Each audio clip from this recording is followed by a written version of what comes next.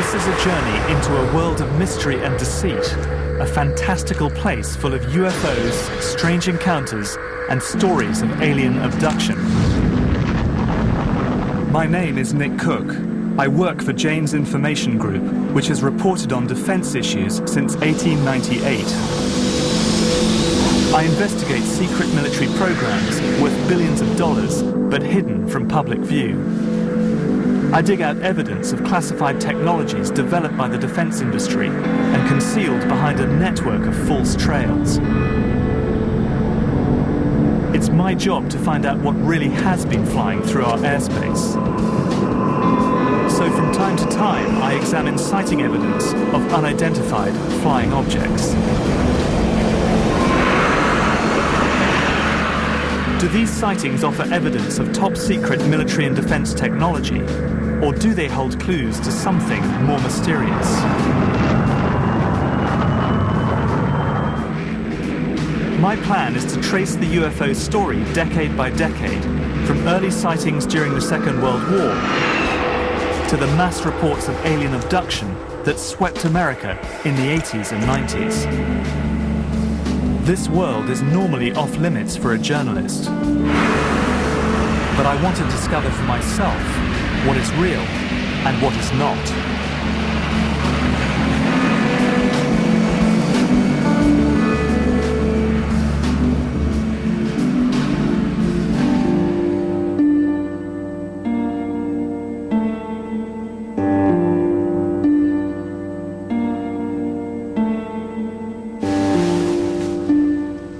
People send me pictures like these every week, and most of them are pretty obvious hoaxes. But very occasionally, something genuinely intriguing arrives. Like this one, for example, a picture taken by a Canadian Air Force pilot on a military exercise. And what it shows is indeed quite startling. I've seen many pictures like this, all of them taken by aircrew, people who are trained to record data. UFOs are a taboo subject in the military, and very much for an aerospace journalist like me. Pilots who report them risk being grounded, or perhaps even referred to a psychiatrist for an assessment. So these pictures tend to arrive on my desk anonymously, and for good reason. But these pictures resonate with me because the matter of who you share airspace with when you're traveling at twice the speed of sound really is a matter of life and death. I've spent 20 years writing about leading-edge aerospace technology. I've probably interviewed thousands of pilots in that time. A handful of them are reporting UFO incidents that are genuinely mysterious. I want to know what it is, though, these men are really seeing.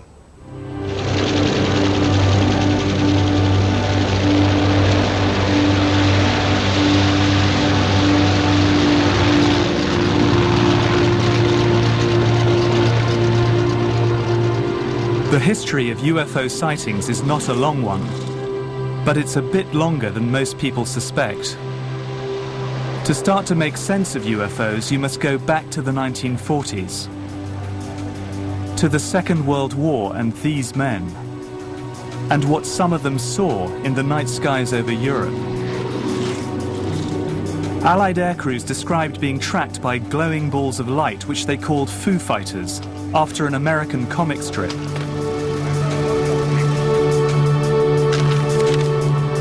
This is one of the first recorded reports of a UFO sighting. It's taken from the official RAF archives, and it is highly unusual. It recounts the story of one pilot officer called B.C. Lumsden, who saw something extremely unusual during a bombing raid over Germany on the 7th of December 1942.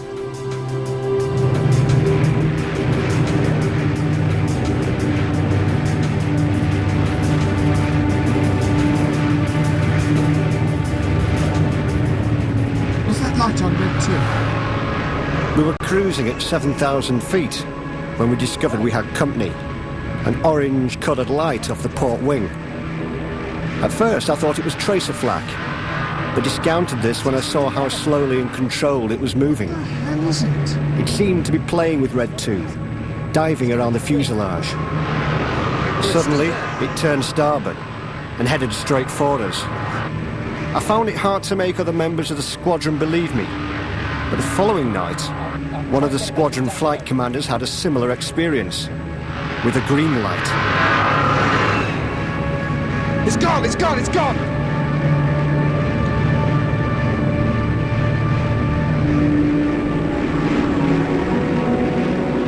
A handful of Foo Fighters sightings could be dismissed as pilot error, but there were hundreds, if not thousands, of these unexplained phenomena. Could they all be the hallucinations of tired or terrified men? I've decided to find out more about these strange balls of fire.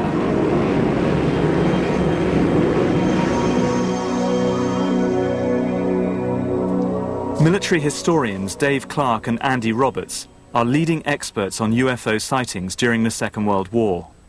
People were seeing tiny balls of light, not much bigger than a beach ball, say, to full-blown flying saucers in the style that we would appreciate today.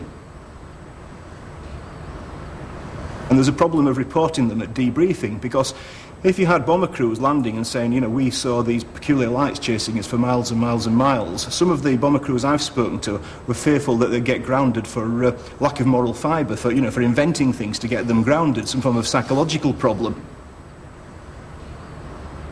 First, the RAF and the Air Ministry were extremely concerned because they thought perhaps it was some form of German secret weapon. And it is known that the Nazis did have some quite novel varieties of anti-aircraft, such as Scarecrow and things of that nature, which threw huge metal bars around in the sky, which people saw.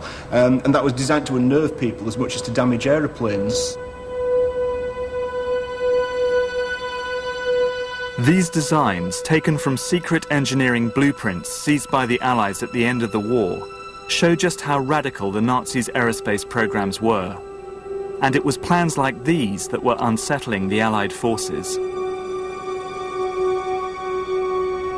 Going through American files of the kind of technological plunder operation that they did on Germany after the war, they do describe technologies that could be pieced together to develop a kind of Foo Fighter type weapon.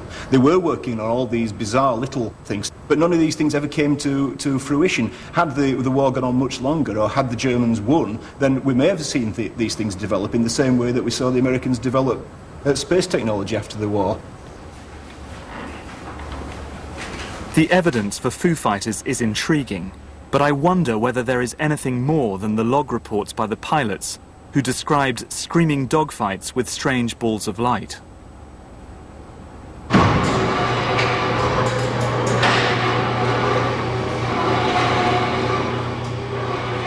I've come to California to meet physicist and technology historian John Dering. He has first-hand information on the development of Foo Fighters. I interviewed a German aircraft engineer who had actually worked on these vehicles in the prototype stage and in the early phases of production. These were vehicles that were unmanned. They were what we would probably best describe today as unmanned aerial combat vehicles. These were vehicles that were not just sent up for surveillance purposes. They actually had a purpose of remotely controlled to engage the Allied aircraft, the bombers in particular, by basically trying to apply a mechanism that was not necessarily a catastrophic destructive effect, such as blowing the Foo Fighter up and taking the aircraft down. This was intended to be something that could be reused multiple times. There's plenty of anecdotal evidence that Allied air crewmen saw these things over Germany, but what about hard evidence on the ground that this technology was actually pursued by the Germans? One of the reports that I have seen and looked over was in reference to a project in the Black Forest that involved a small vehicle that was specifically intended to be an interceptor for advanced air defense against Allied bombers. Now, that document actually came from a U.S. intelligence officer, and so I have pretty high certainty that that was real.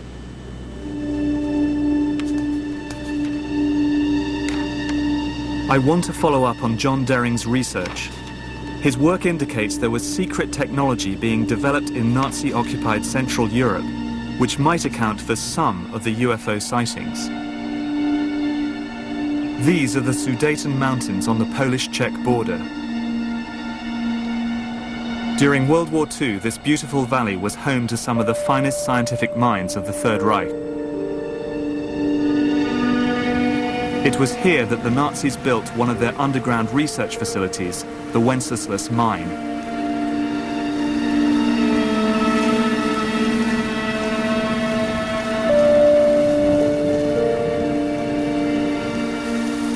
I'm meeting Polish military historian Igor Witkowski, who will guide me round the mine, a vast underground complex hidden away from Allied bombs, which Nazi slave labor carved out of the Sudeten mountains. Example of a surface infrastructure being kind of a reflection of the underground facility. It was here, in the desperate last months of the war, that German scientists worked around the clock to produce Kriegensscheiden, the war-winning technology that might produce a stunning knockout blow, even as the Nazis were being pushed back towards Germany.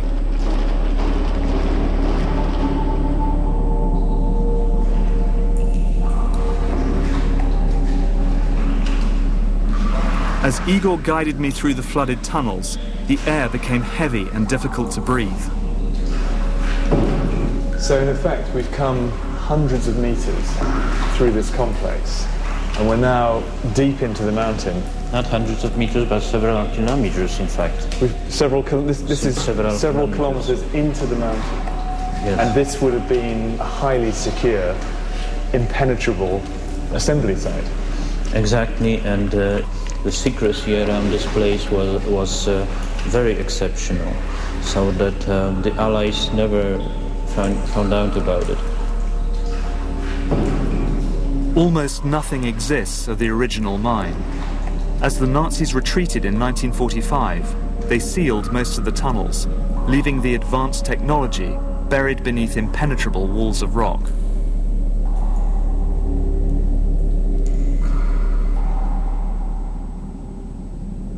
The Allies did capture one man who knew all about this place, and he wasn't a token find.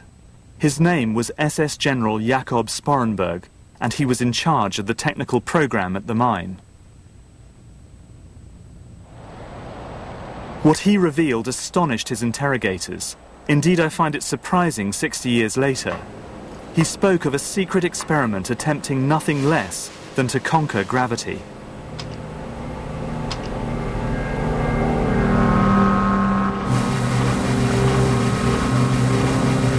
He described a bell-shaped device that needed enormous amounts of electrical power. It was made of a hard, heavy metal and filled with a mercury-like substance that was violet in color and glowed when under test. People who worked on the bell suffered from sleep problems and severe vertigo. 5 of the 7 scientists died while working on the project.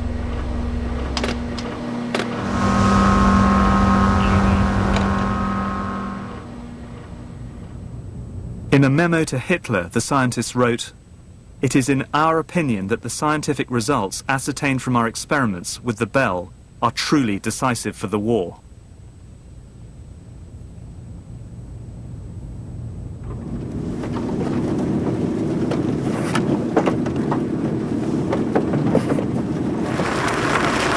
Experiments with the bell happened deep underground in the mine, but directly above it, on the surface, was this strange structure. Called the flytrap, it first showed up on an Allied aerial reconnaissance photo in 1944.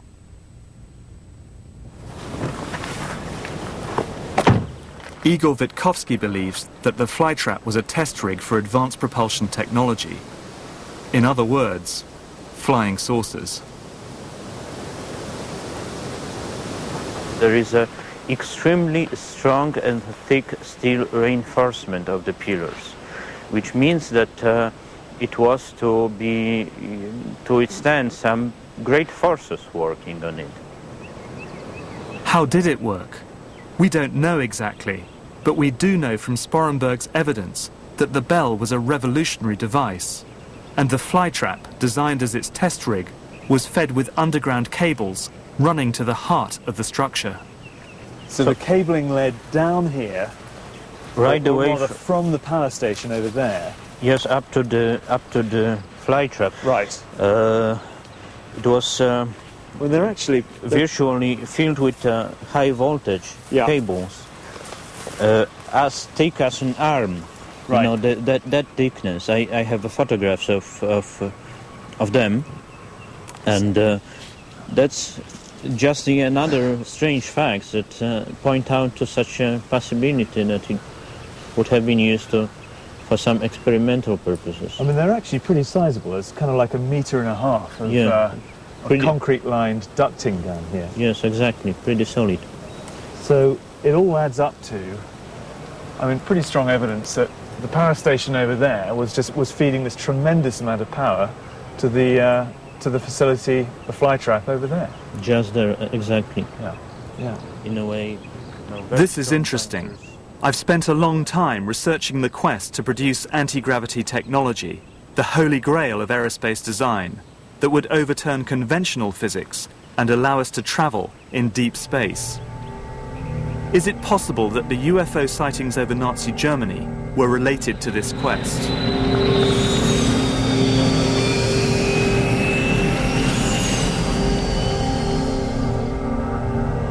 There is a sense here that the Germans were engaged in very highly classified work, and that possibly they were engaged in anti-gravity type programs. What I do know is that many of these bizarre projects like the Bell did not remain in German hands. At the end of the war, they were plundered secretly by the American High Command and taken to the States.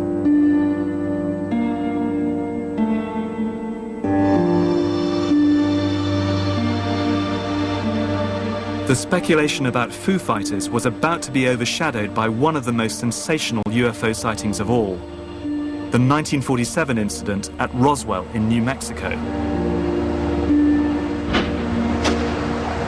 That's where I'm heading next.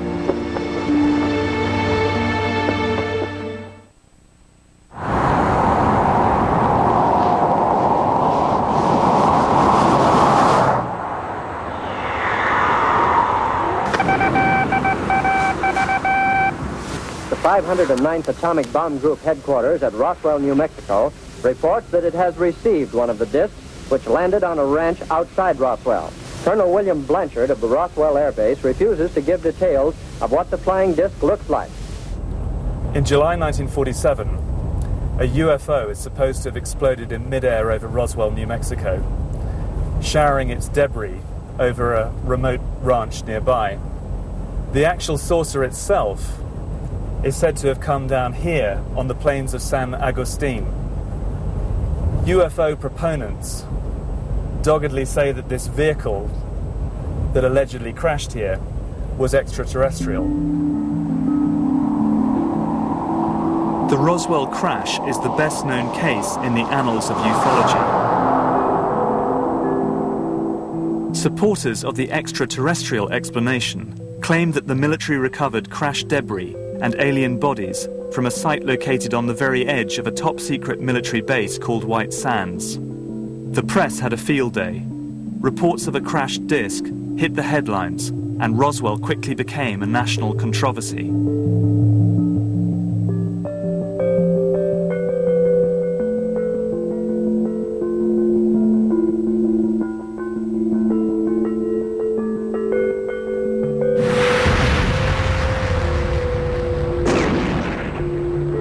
The military were quick to retract stories of bodies and a disc, but their denials just fueled the belief they were hiding something.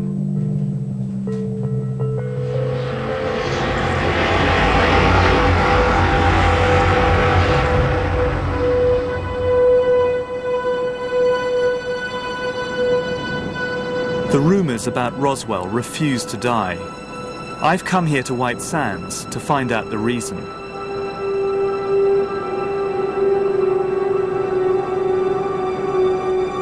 There's something strange about the sky here. I'm over 5,000 feet above sea level, and the air is crystal clear. I've come to meet Mike Smith and Wayne Matson, two former Air Force officers who have lived in the area for some time.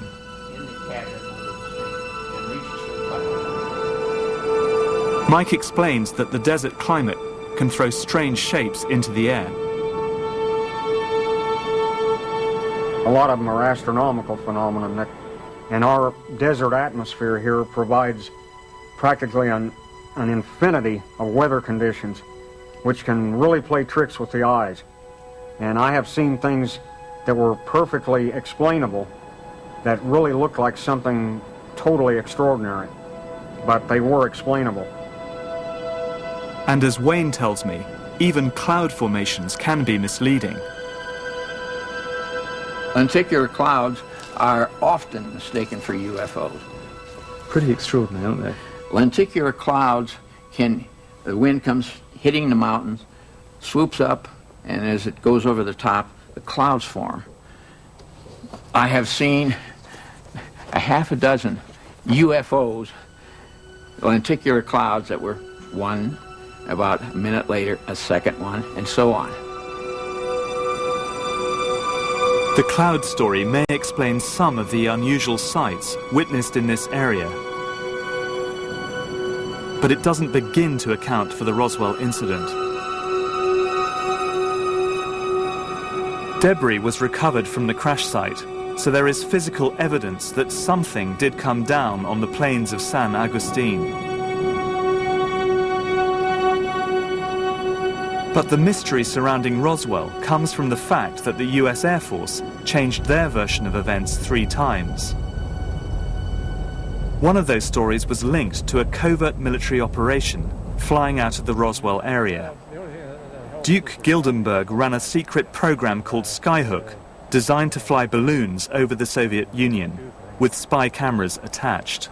The Skyhook balloon wasn't born until 1947, and therefore, when it first appeared, and for the first 5-10 years, it was a new sight in the sky. Holloman Air Force Base, then Alamogordo Air Base, was the prime launch site for the United States Air Force, and it happens to be just upwind of Roswell, so when the balloons would climb out, even if they were going to go 1,000 miles the other way, the initial climb out would be in the direction of Roswell, close enough to see, even if they get right overhead.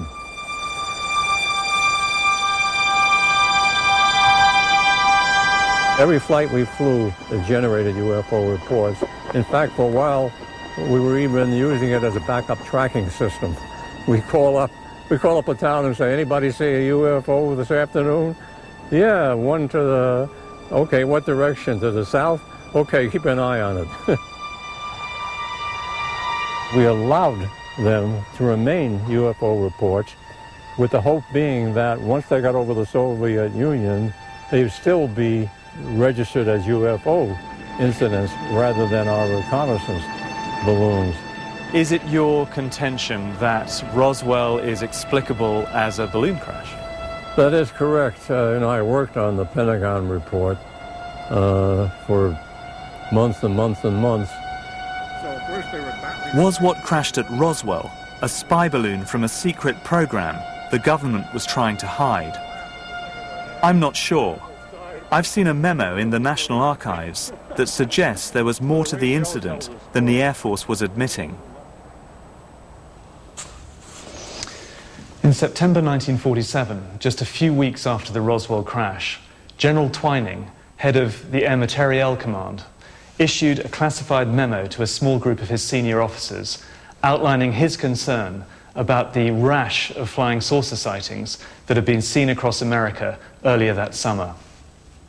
In the memo, he states that the phenomenon is something real and not visionary or fictitious, that there were objects approximating the shape of a disc in the sky. He talks of operating characteristics such as extreme rates of climb and maneuverability. One of his conclusions, indeed, is that these discs might be the product of some high-security project not known to his command. The Twining memo shows the Air Force was taking the flying saucer sightings seriously. The next stop on my journey is Nevada, where I'm going to meet someone with high security clearance who might throw light on what really crashed at Roswell. I'm here to see Colonel John Alexander, Vietnam vet, ex-Special Forces and military intelligence. He's taken a close interest in the Roswell incident.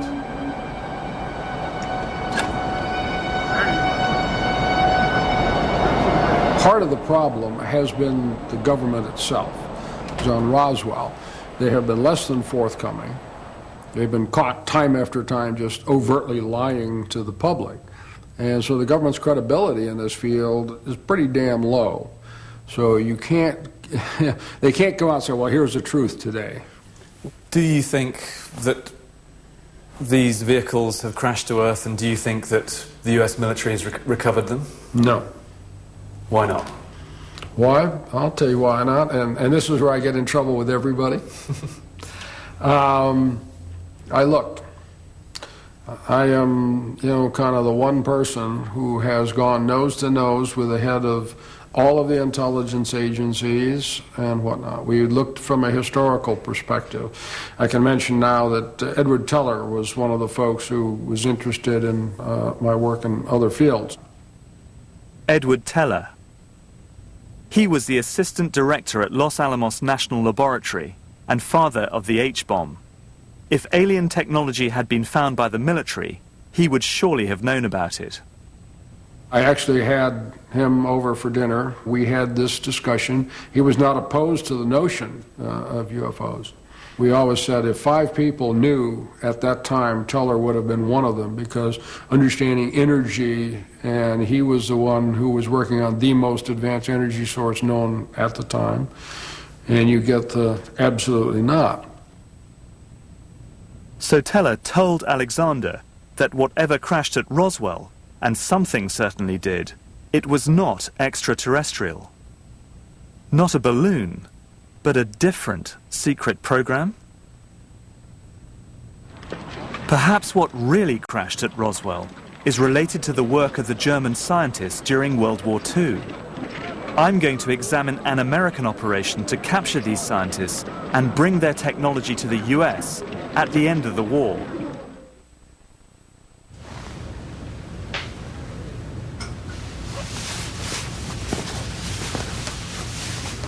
In 1945, President Truman ordered a secret operation codenamed Project Paperclip. It instructed the US military in Germany to round up German scientists and persuade them to carry on their work in America.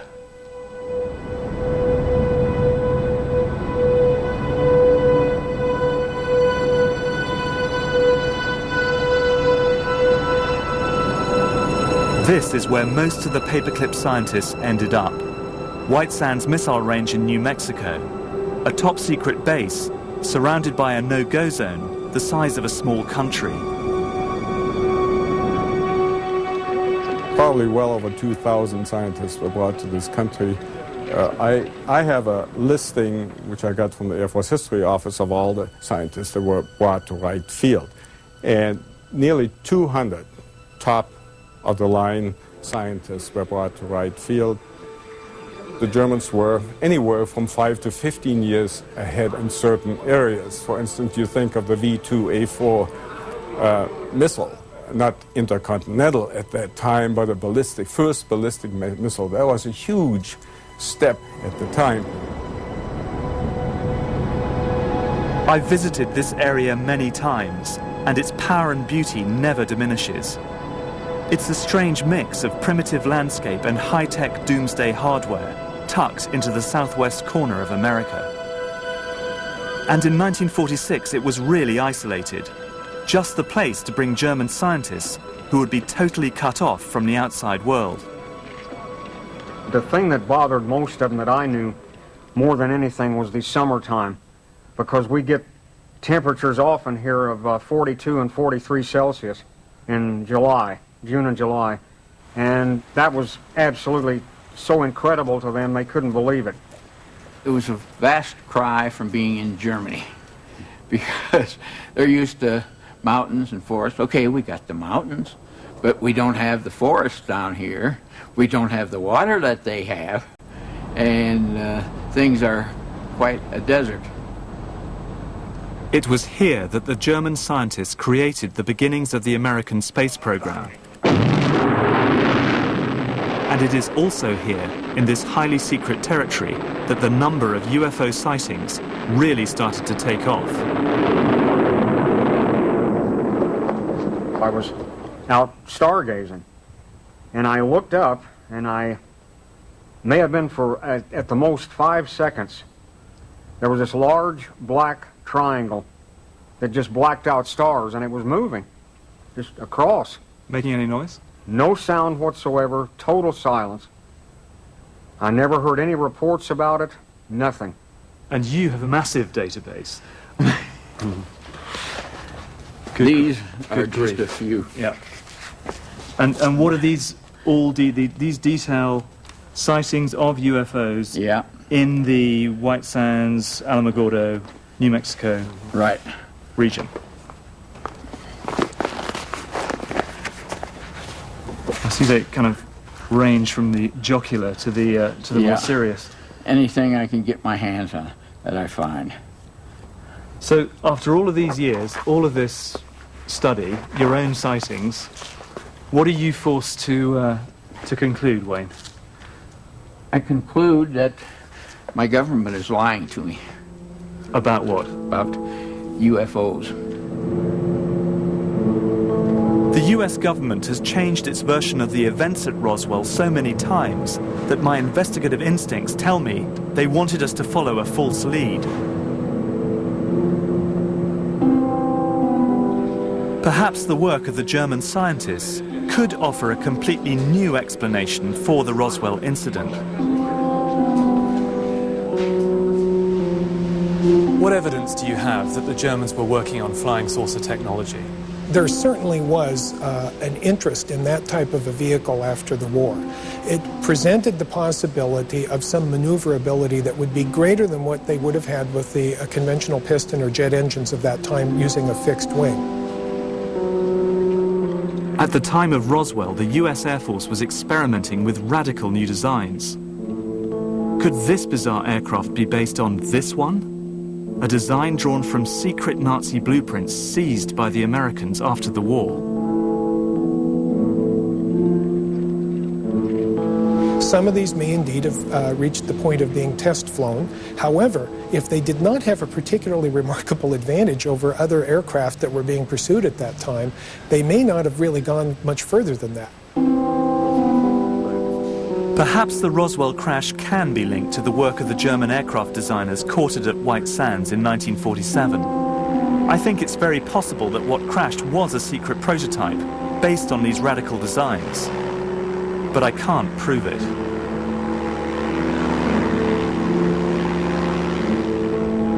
The truth has been elusive, but what is certain is that UFO sightings in America were about to reach epidemic proportions, not just in New Mexico, but over the skies of the nation's capital, Washington, D.C.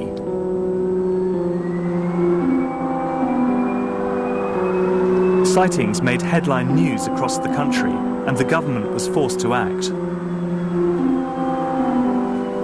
Within 3 years of Roswell, public concern caused President Harry Truman to address the country on the subject of UFOs. Oh, yes, we discussed it at every conference that we had with the military. There's always things like that going on. Flying saucers, and they've had other things, you know, if I'm not mistaken. Flying saucers have invaded our planet. Washington, London, Paris.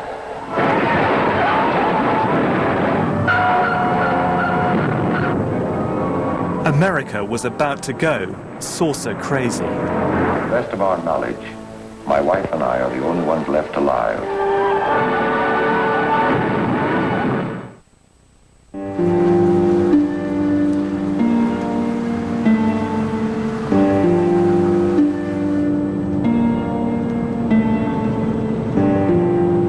The 1950s was a time of high tension in the Cold War. As nuclear annihilation threatened, there was also a huge jump in UFO sightings across America.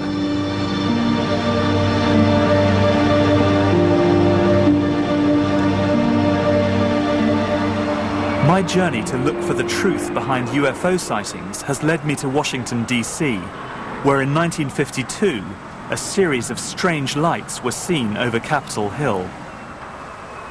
In the midst of this big national flap, sightings occurred over Washington, D.C. This involved 3 radar sets in the Washington, D.C. area, which picked up targets that were traveling around in restricted airspace over the Capitol. This couldn't be ignored. It had all the makings of a national emergency. Whether it was alien visitors or, as many in the military suspected, advanced Soviet spy technology, the Air Force had to act fast. Jets were launched against the UFOs, and the military made sure their actions made headline news. The intention was to reassure the public, and it might have worked but for the fact the following weekend, the 19th of July, the UFOs were sighted again. 1,000 people reported sightings, including staff from President Truman's office. The government had to be seen to act. General John Sanford, head of Air Force Intelligence, was given the job of reassuring the nation and explaining what people had seen. In pursuit of this obligation, since 1947, we have received and analyzed between 1,000 and 2,000 reports that have come to us from all kinds of sources. Of this great mass of reports, we have been able adequately to explain the great bulk of them. So here he was saying specifically they're not a threat to the United States, the implication being the Air Force is doing its job when there's no threat out there. In spite of the fact that the Air Force internal documents had said, you know, well, it might be Soviet, and used that as a reason to investigate and so on. The Air Force's commitment to act on the UFO problem would result in one of the biggest military investigations in American history. The Air Force, which had secretly been investigating UFOs since 1947, were forced to set up an open inquiry. Called Project Blue Book, it promised to investigate each separate sighting report that was filed by the general public. In spite of Air Force intelligence claims there was nothing to worry about, the US Air Force was actually taking UFOs very seriously indeed. Heading up Blue Book's investigations was astronomer Dr. J. Allen Hynek. With his scientific background, Hynek was hired by the Air Force to interview thousands of witnesses and collate some of the public's most bizarre encounters. Have you ever seen a meteor with headlights? No, I've never seen a meteor with headlights. But one might see a meteor that looked like it had headlights. Well, However, I do not drink, and this had some kind of light on the back. all right, good, fine. Hynek was a skeptic. During the course of his investigations, he was able to attribute many of the sightings to natural phenomena. All of them saying that they saw it predominantly in an eastern direction. Now, if it had been extremely close to any one of them, it could not have been seen to the east by all the people. But Project Blue Book had severe limitations. No sightings by military personnel were included in its pages. Instead, they were immediately classified and buried deep in the files of the Pentagon. Much to Hynek's frustration, because reports by Air Force pilots, of which there were many, intrigued him very much. But now we can tell the story of one such sighting for the very first time. It involves the early reconnaissance missions by the United States over the Soviet Union.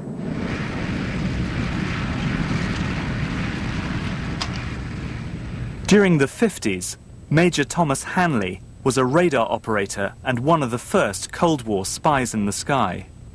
When you're flying, you are always aware of anything in your airspace. One particular night, the aircraft commander saw a bright light coming towards us. And all of a sudden, the light just went immediately to the other side of the aircraft. So we played cat and mouse with it, whatever it was, for an hour anyhow. But the ground was recording it, and they would lose it too on occasion. So there was something out there, something very strange. It was performing not like a normal aircraft would perform. It was just too fast and too maneuverable. I'm certain something different was out there, but I have no idea what it was. The problem for the US Air Force was that this man was extremely credible. He was one of their surveillance specialists, highly qualified and working with what was then state-of-the-art technology.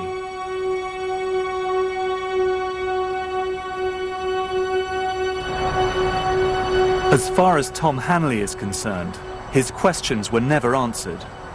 And I have to admit, I'm at a loss to explain it myself. But in the meantime, as a recently declassified CIA memo shows, the agency was becoming very interested in the UFO phenomenon for its own purposes. The CIA was responsible for surveillance of the Soviet Union, and it realized that UFOs might offer the perfect cover for its more clandestine activities. This is a memo written by Walter B. Smith, the head of the CIA at the time. And it's important because it shows that the CIA were happy to leave the US Air Force with the problem of analyzing each UFO sighting. I suggest, Smith says, that we discuss at an early board meeting the possible offensive or defensive utilization of these phenomena for psychological warfare purposes. This is a pretty stunning document, but when you read something like this, what you've got to keep in mind, first and foremost, is its context. The context, of course, was the Cold War and the struggle between America and the Soviet Union. But what really set the UFO story running for the CIA was the death in 1953 of Premier Joseph Stalin.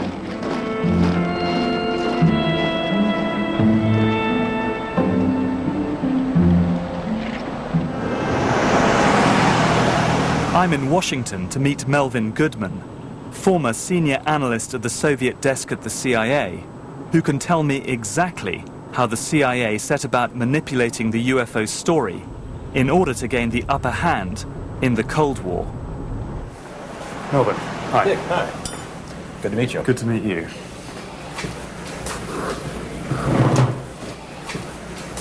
Eisenhower had only been in office for 2 months, and Stalin died rather suddenly. And Eisenhower called in some of his major people, not only policy people and political people, but intelligence people. And so he went around the table in terms of what do we know about the Soviet Union, what do we know about the contenders for power, what do we know about the direction the Soviet Union might take in its policy. And he asked people who were also there from the CIA.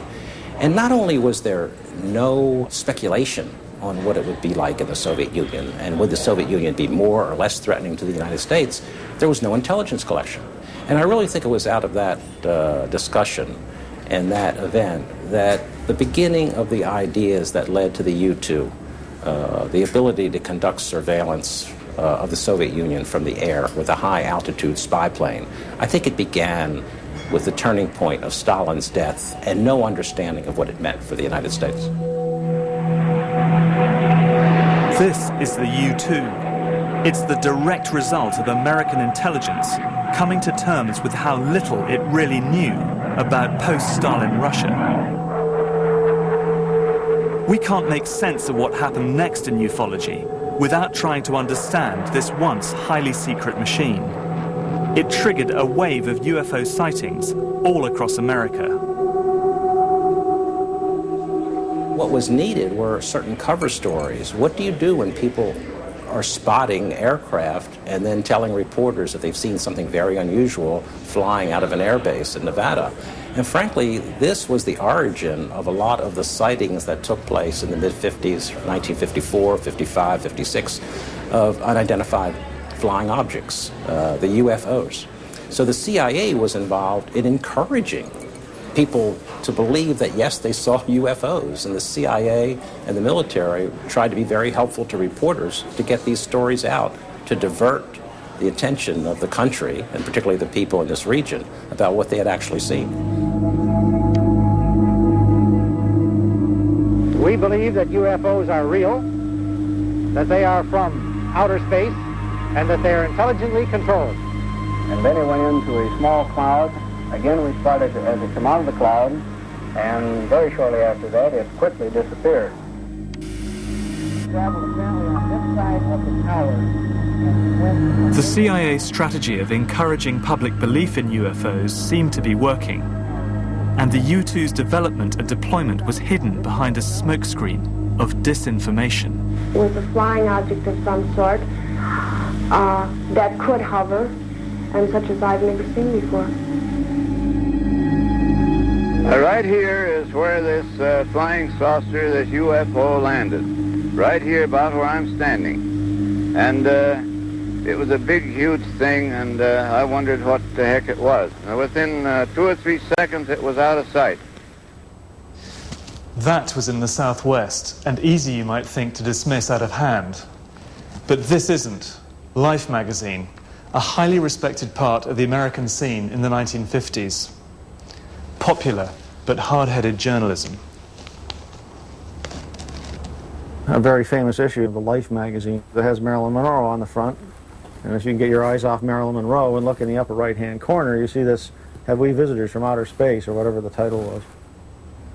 The writers said, well, we have been to Wright-Patterson Air Force Base, where Project Blue Book was headquartered. We've looked through their sighting files.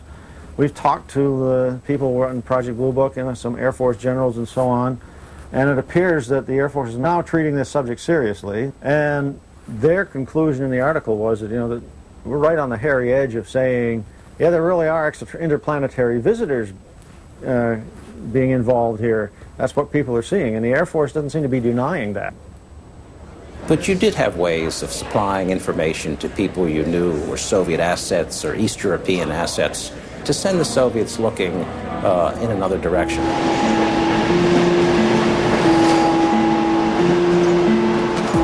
The real targets of the flying saucer fever were, of course, the Russians. What did they make of the UFOs, I wonder?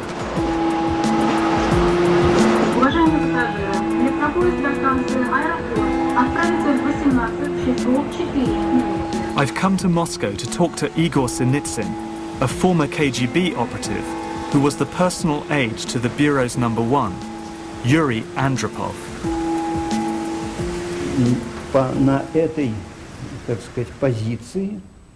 While in this position, I once had the chance to acquaint myself with a document regarding UFOs, which had been prepared by one of the military intelligence officers. So, when I read this series of articles on UFOs, I decided to give it to Andropov to read.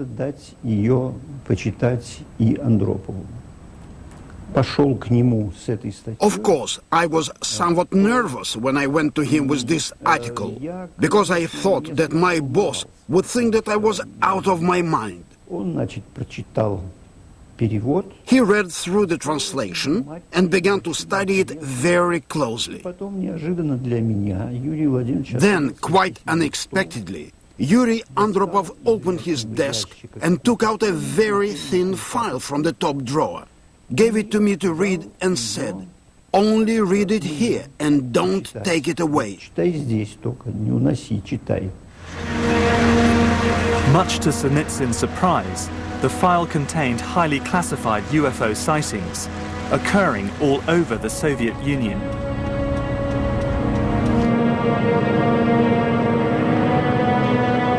What people saw behind the Iron Curtain was what the CIA wanted them to see. Not classified American technology, but something from outer space. The CIA cover story worked. But back in America, the UFO story was about to enter a new phase. A reliable witness reported a clear sighting of a UFO and its alien occupants. The first convincing close encounter of the third kind.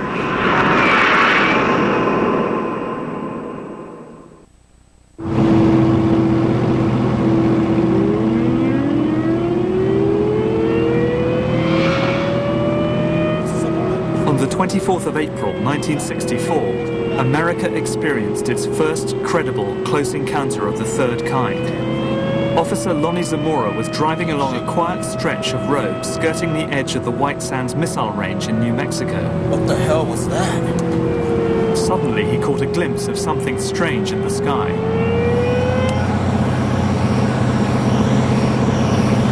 Whoa!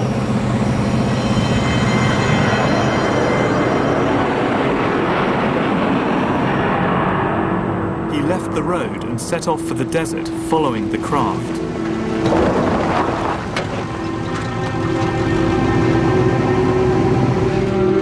He caught sight of a shiny object, now landed, about 200 yards away.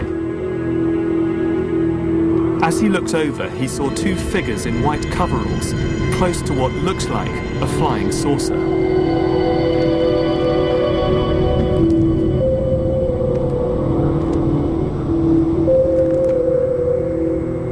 Suddenly, without warning, the craft took off and headed straight for him.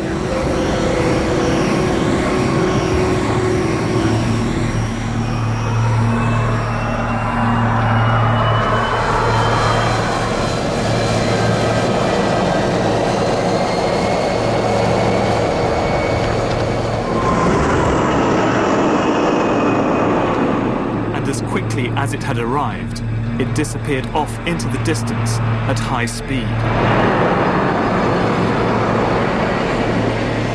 This statement by Lonnie Zamora is one of the most intriguing UFO reports on record. It made headline news at the time. Everyone acknowledged that Zamora was a first-class witness, a police officer, a man not prone to exaggeration. The Zamora case remains one of a handful of unexplained sightings in Project Blue Book. When investigators arrived at the scene, they found an impression in the soil surrounded by burnt brushwood. Zamora was so distraught that he insisted on seeing a priest before handing in his report. The US Air Force was under pressure to explain what had actually landed. But there is one man who claims he knows what Lonnie Zamora saw. Duke Gildenberg ran Cold War spy programs out of White Sands missile range and had access to top-secret flight logs at the time. That very same day, we had a mission scheduled for the Surveyor unmanned spacecraft that was going to be attached to a small helicopter and then flown all around the range by contractors sampling lava and that kind of thing, which they might see on the moon. On board was the pilot, and then there was an engineer, and they were both in white coveralls. So to us, that identified it almost perfectly. It's too much of a coincidence. Two guys in white coveralls that were doing the mission anyway, and then the sampler, which left a print in the dirt that was identical to what it later left in the moon. I'm not at all convinced by Gildenberg's explanation. Zamora was a trained police officer, and I'm sure would have known the difference between a helicopter and a flying saucer. To try and make sense of what Zamora saw, we need to go back to the U-2 spy plane and to an event that shook the world on May the 1st, 1960.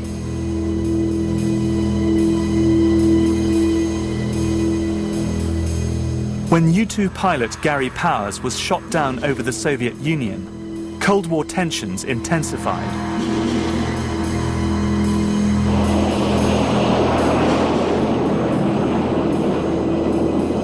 The wreckage of his spy plane was put on public display in Moscow.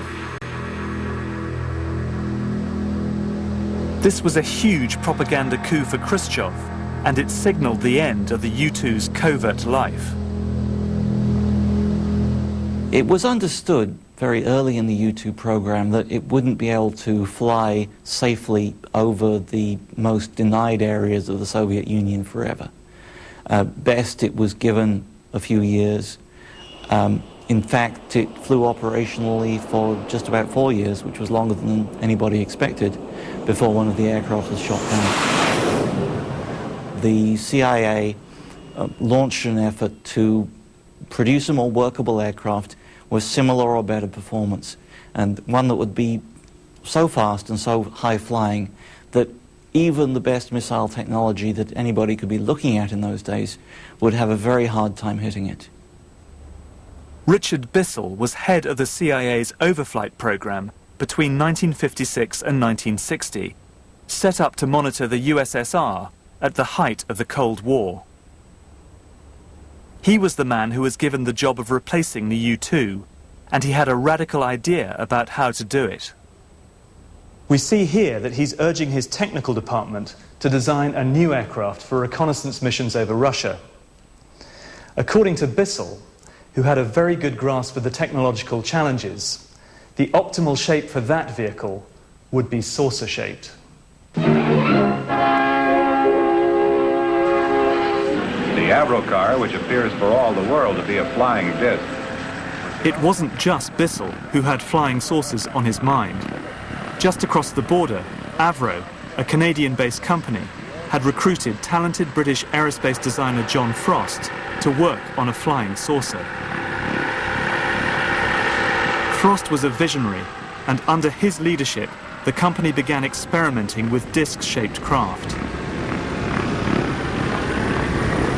Called the Avrocar, it was a handful to fly and could barely get off the ground, but it caught the eye of the United States Air Force.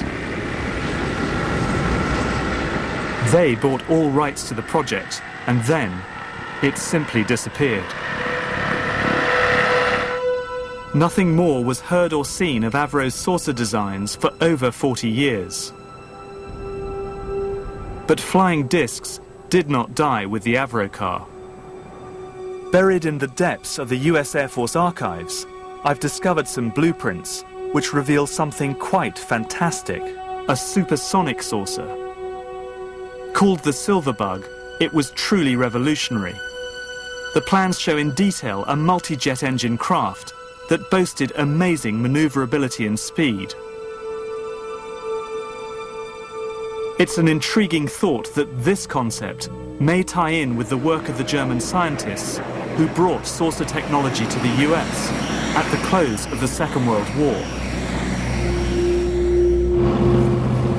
I believe Silverbug could explain what Lonnie Zamora witnessed in the New Mexico desert in April 1964. His description of a silver disc-shaped object appears to fit the Silverbug profile. It's clear that a host of covert technologies were being developed by the Air Force during the 1960s. Some of the strange UFO sightings might be explained by activities at a secret base here in Nevada. So secret that, according to the Pentagon, it still doesn't officially exist. From a defense journalist standpoint, it doesn't get any stranger than this. Just behind me there is Nellis Air Force Base. Nellis is at the southernmost tip of the Nellis Air Force Range, a closed-off area, totally barred to the public, that's about the size of Switzerland. And nestling within the Nellis Air Force Range is Area 51, the world's most secret Air Force base. When Richard Bissell of the CIA urged his designers to think out of the box, this is where their imaginations ran wild.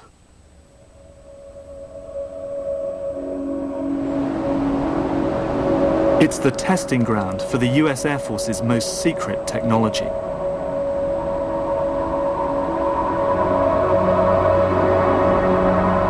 When the U-2's covert life ended, this is what Bissell's designers came up with.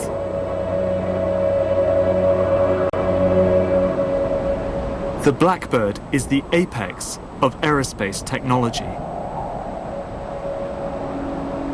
When the forerunner of this aircraft first flew, the CIA's A-12, in 1962, from Groom Lake, otherwise known as Area 51 in Nevada, its mission and the aircraft itself were super black. That is to say, it was a super classified aircraft. It's very easy to imagine how anyone catching a glimpse of this aircraft in 1962 might have mistaken it for a UFO. Everything about this aeroplane is strange. It's black, its shape is extraordinary, and its speed, of course, in excess of Mach 3, that's 3 times the speed of sound, would have made it one of the most extraordinary sights that anyone could have seen at that time.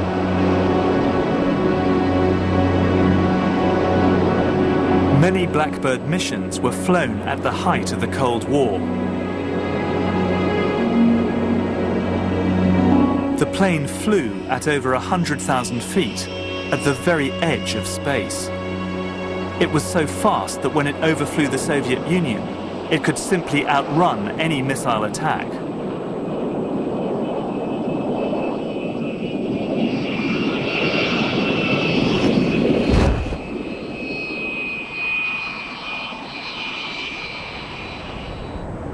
But it wasn't so much American spy planes that were worrying the Russians.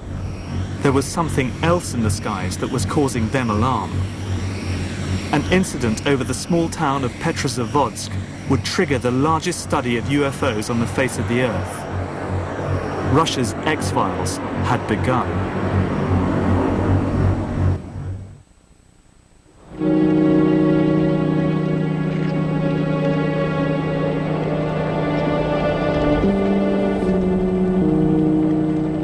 On September the 20th, 1977, high over the Russian town of Petrozavodsk, a group of soldiers were on routine maneuvers. Suddenly, a bright star appeared radiating pulsating beams of light. The object lingered over the town like a huge jellyfish. After a few minutes, it wrapped into a bright half disk and shot off.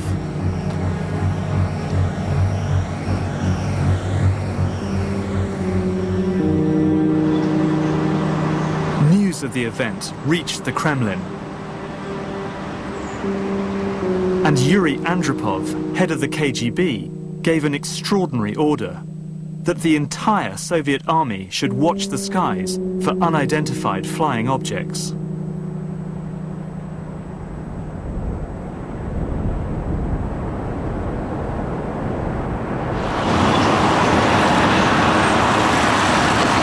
I'm in Russia, on my way to meet the two men, Colonel Boris Sokolov and Dr. Yuli Platov, who were ordered by Andropov to coordinate the whole operation.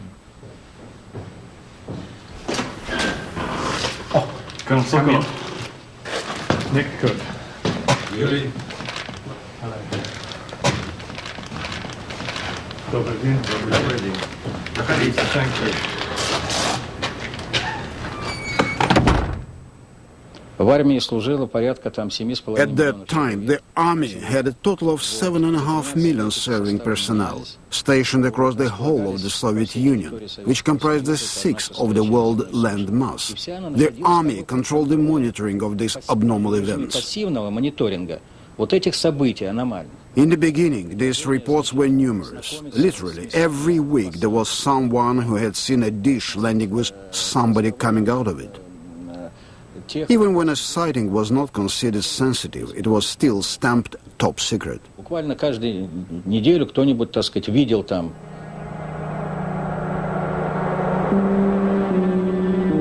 The observations continued every night for 13 years. No other nation has conducted such a long and thorough research program into unidentified flying objects. But as Sokolov tells me, the evidence was inconclusive. I would like to say that it is absolutely certain that in those 13 years there was not a single report of anybody's contact with aliens. Most of the sightings, which were taken by observers and thought to be something abnormal, were in fact, as our research has shown, connected to technical experiments by our own military.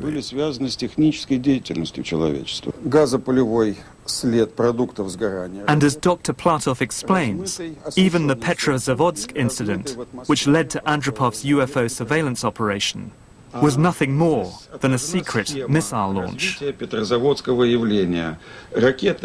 the strange lights and jellyfish-shaped object was in reality the burning rocket engine and its exhaust plume. But not every sighting could be so easily dismissed.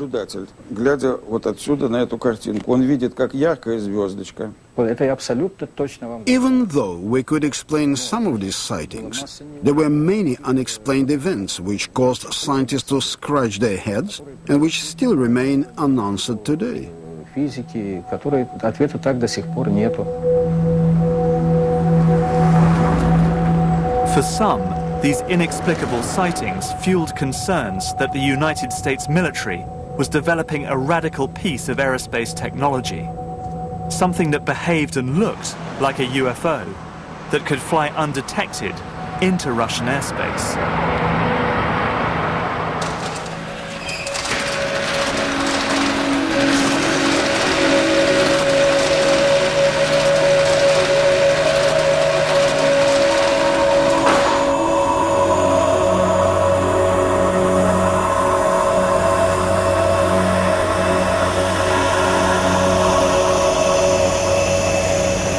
And the Russian fears were well-founded.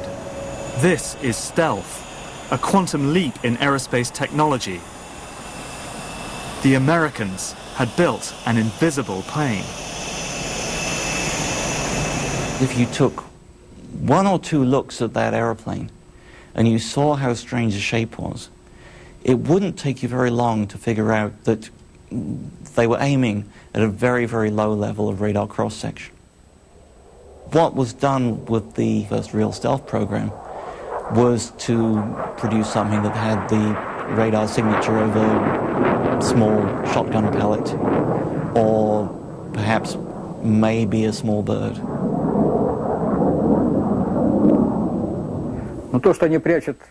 My view is that it was advantageous for the Americans to keep up this kind of hype regarding UFOs. We guessed it was policy to conduct a campaign of misinformation as far as the general public was concerned. Stealth was an enormous breakthrough, and nobody out in the wider world really believed it was possible. Nobody could even imagine that it was possible to do that.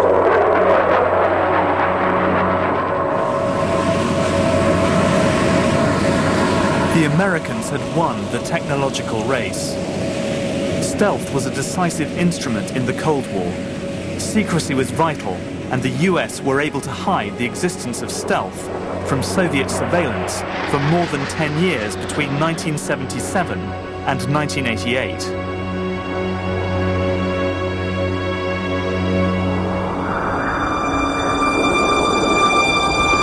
But stealth couldn't begin to explain the series of alleged alien encounters which were about to shock the American Southwest. The UFO story had come to ground in a very sinister fashion.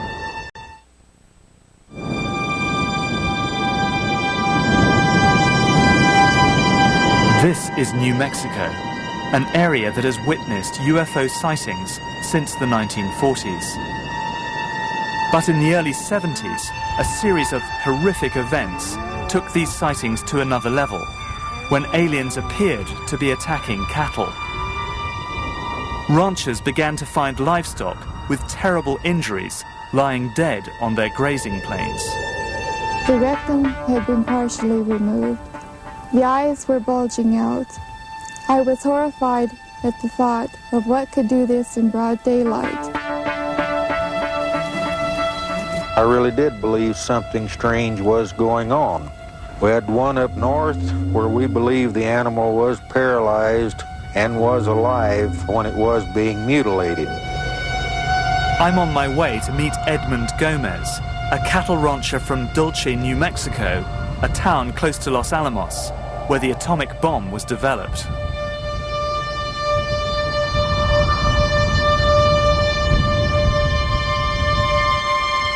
We met up and headed out to a desolate corner of his ranch.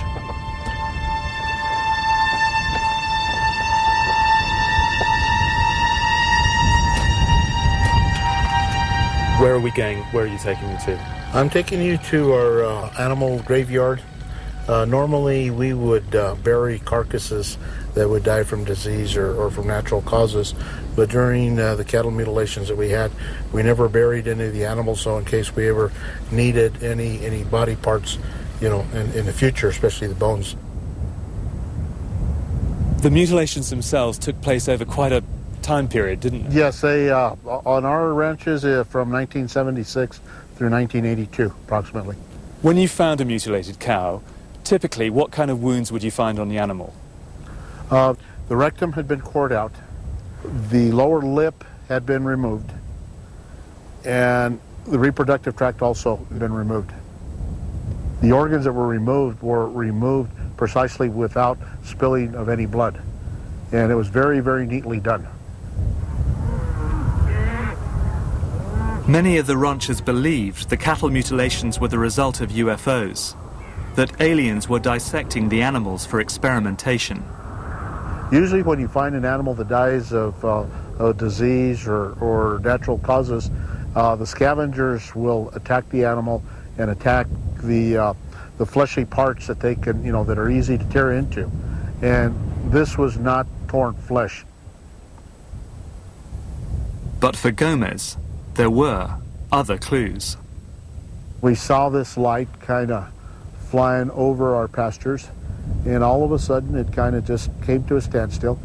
It looked like it was saucer-shaped, but had two decks, and had two sets of lights on it, flashing one on top and one down towards the bottom.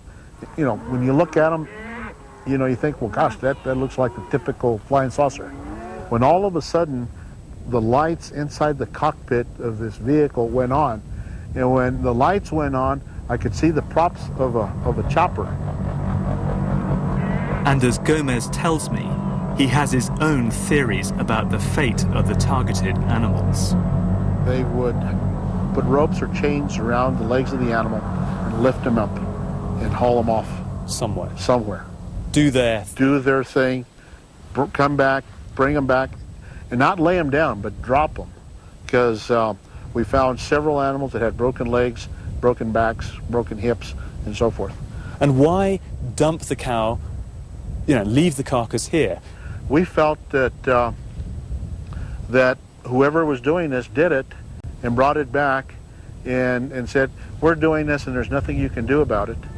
There were a lot of consistencies with the way that they were harvesting these animals. For Edmund Gomez, there are many unanswered questions.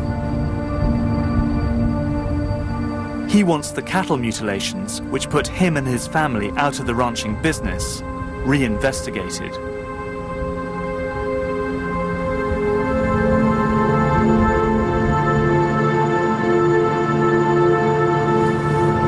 Well, I think Gomez's hunch that this was some sort of covert testing activity was bang on the money. From the way the cows were mutilated, from the organs that were removed from the cows, it seems very clear that this was some kind of covert testing, covert monitoring program of some kind of contamination in that region.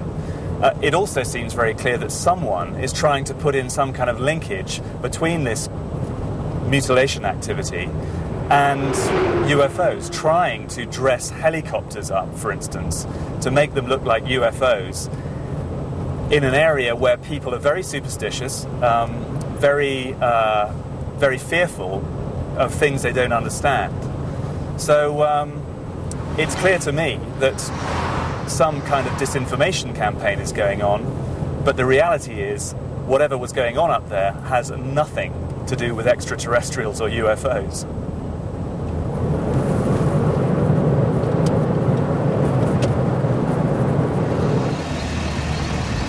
In the alien encounters I have examined so far, military and defense technologies seem to be at the heart of what's going on.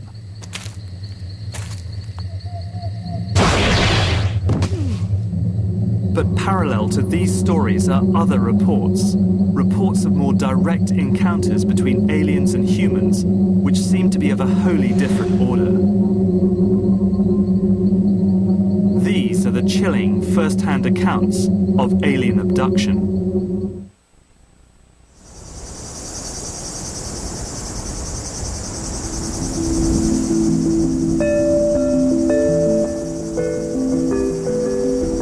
The most challenging aspect of the UFO phenomenon is alien abduction.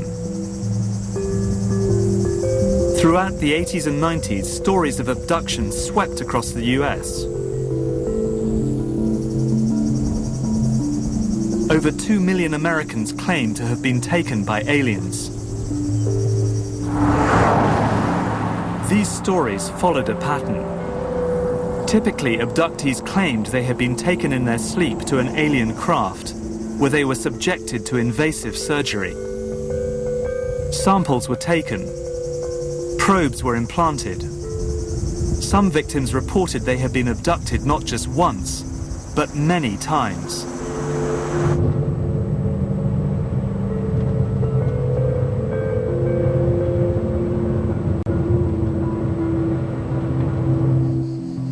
I've come to meet Travis Walton. He was the first alien abductee of this epidemic, and his story, which was widely reported, had a powerful effect on the public imagination. I caught up with him near the Apache Sitgreaves Forest in Arizona, where the whole incident unfolded. Well, there was a group of 7 of us men. We were working up in the mountains, in the woods. We had a tree cutting contract up there. And we just finished a long, hard day's work, and we were headed home. We'd worked late that night, so it was starting to get dark. And as we were driving down this rough track there, we saw light coming through the trees. What the hell is that?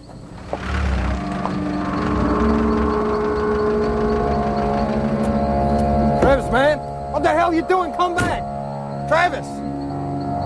Back then, you know, I was a kind of a wild sort of a guy. You know, I was showing off, you know. It was stupid. The closer I got, you know, and it wasn't going anywhere, and I was, you know, thinking about how foolish it was for me to be doing this, but I was kind of showing off for the crew a little bit, and they were getting pretty excited and yelling at me to get back in the truck.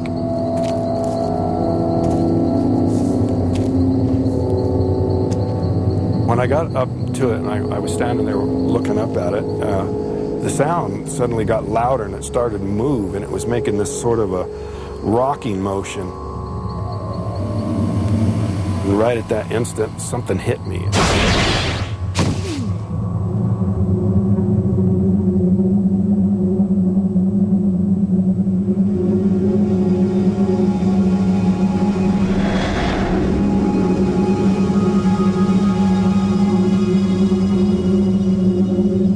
Next thing I knew, I was regaining consciousness, but I was in a lot of pain. I saw these forms over me, and when I finally got it into focus, I could see this creature looking at me, and I just flipped out. I looked around, there was 3 of them. The one that was closest to me, I tried to hit him. I could hardly move, and my arm felt real heavy, and I was weak. Somehow got the strength to get off of the table.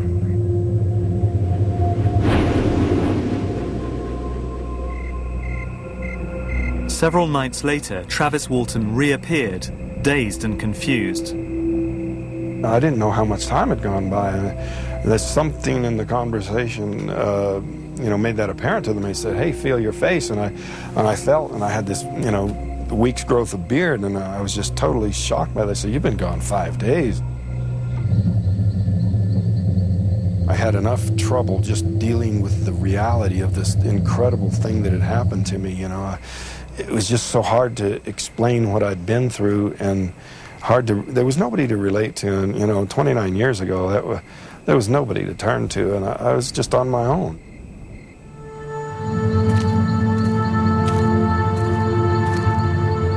Travis's story seems incredible, but it's only one of many such tales. Does the weight of evidence add up to a believable pattern of abduction?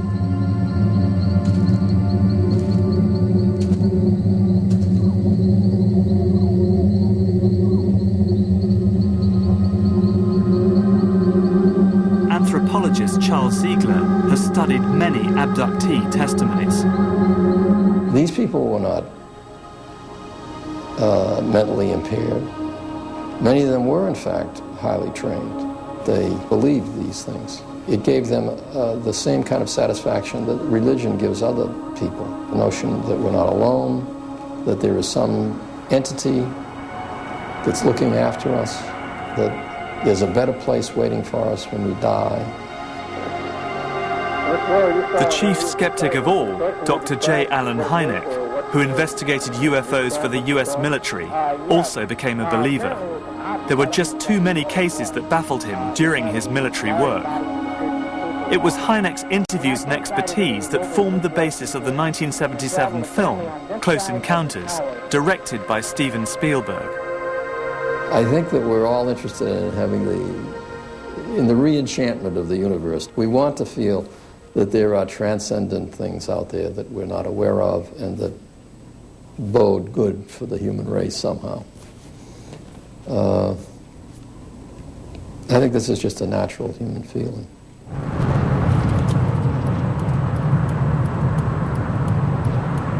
But what really fascinates me as a defense journalist is that you are as likely to find believers in UFOs among the higher reaches of the aerospace industry as you are in Hollywood.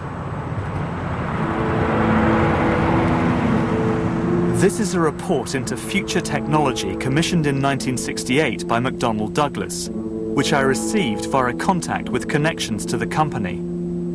It takes the existence of UFOs seriously. It recommends using UFOs and copying their design in order to make the next quantum leap into aerospace technology.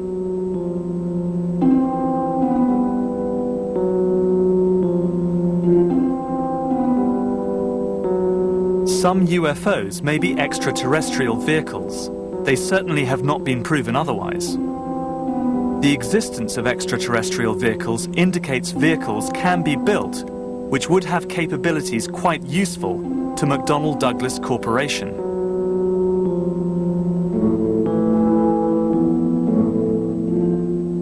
The report even suggested interviewing contactees to gather data. And if they were thinking that over 25 years ago, what advances might be on the horizon today?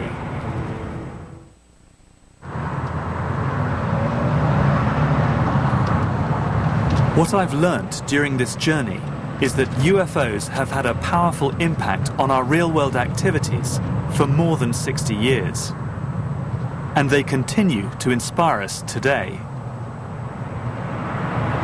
I'm here in Seattle to meet someone who's built a device in the basement of his garage, indeed is flying it there, that he and others claim is able to do so by defying our current understanding of physics.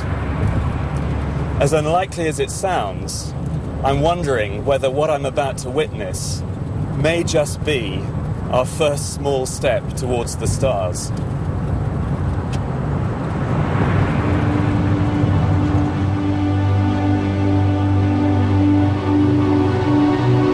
This strange device is made of balsa wood and glue and covered in a layer of aluminium foil.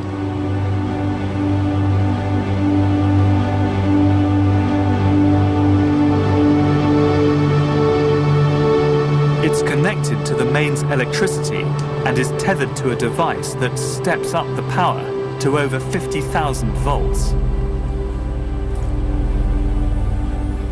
As the lifter's inventor, Tim Ventura, winds up the mains, the airframe buzzes with electrical activity.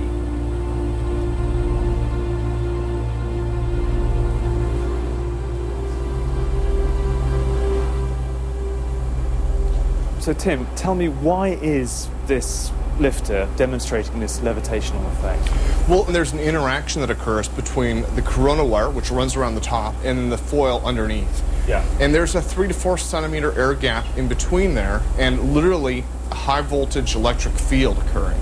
Now, there's been some controversy. Is this an ion wind effect? Is it the high voltage literally taking air molecules with it and creating an upward thrust? Or is it something more? Nobody knows for sure how the lifter flies, but one popular theory is that high voltage current flows between the wires, suspended on the top of the craft, through the air, down to the aluminium foil wrapped around the frame. the current literally drags air molecules down with it, creating a downforce called an ion wind, which provides the thrust needed to lift the airframe skywards. This technology, not just the lifter, but this whole scope of technologies, is almost like looking at the internal combustion engine back in the 1800s. We're trying to take it and say, look, these are real technologies. They have the same flaws that any other technology does, but hopefully they can do things that other technologies can't. So do you think what we're watching here could be the modest beginnings of a whole new industry? Yeah, I think the lifter is literally sort of like the tricycle, and it may not end up becoming the technology that builds the starships of tomorrow, but it at least shows us that given the right circumstances, given the right power, it will work. I'm nearing the end of my journey, and I feel as if I've come full circle. Because what Tim Ventura's lifter reminds me of is the Nazis' secret experiment in anti-gravity propulsion I discovered in the Wenceslas mine.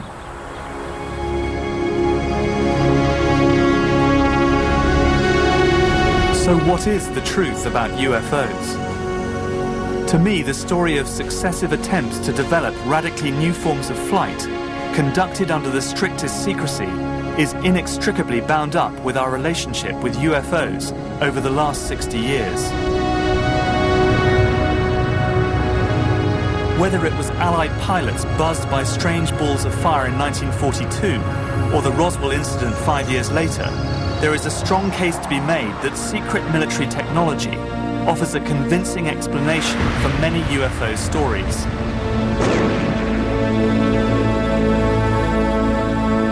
For me, what is so striking about Roswell is that it was the first good example of an officially sanctioned UFO disinformation exercise.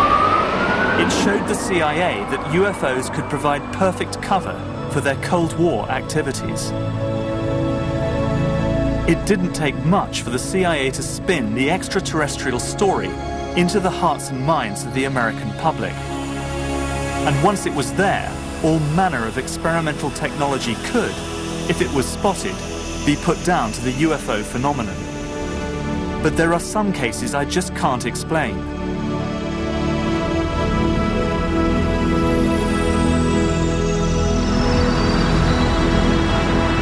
The sightings of UFOs over Capitol Hill in 1952 remain baffling, and navigator Tom Hanley's aerial encounter is testimony to the possibility we are not alone. What is certain is that real-world UFOs, the man-made ones, continue to develop. In 2003, a series of sonic booms were heard exploding across California and Nevada. Something was in the sky that could be heard and felt, but not seen.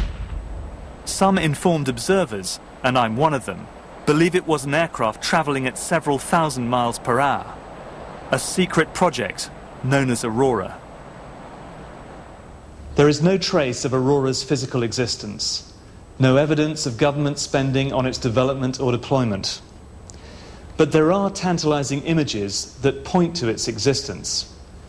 Pictures, for example, like this one. It shows a donut-shaped exhaust pattern, a sign perhaps that Aurora makes use of something called a pulse detonation wave engine. And it delivers a hell of a punch, easily enough power to drive an aircraft to 6 times the speed of sound. But perhaps the most intriguing are these images. This is a weather satellite image that shows a very interesting contrail originating out of Area 51 in Nevada and moving all the way across the United States, out over the Atlantic, on across Europe, and into Russia and China. Whatever it is, it's moving in excess of 8,000 miles an hour.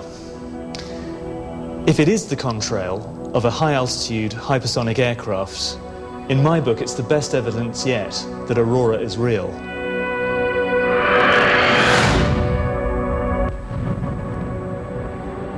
And Aurora's flights will probably give birth to a new wave of UFO sightings. Because whether aliens exist or not, Many of us want to believe in them. Perhaps the only way we will ever find out for sure is if we make the leap into deep space ourselves. That day may come sooner than we expect.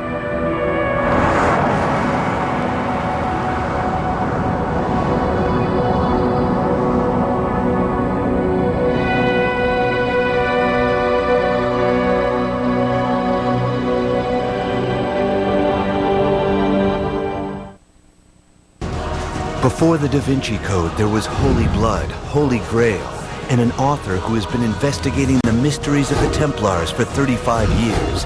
Bloodlines, knights, and sacred geometry are all explained by the man behind the Da Vinci Code, part of Da Vinci Decoded Week, tonight at 8 on the History Channel.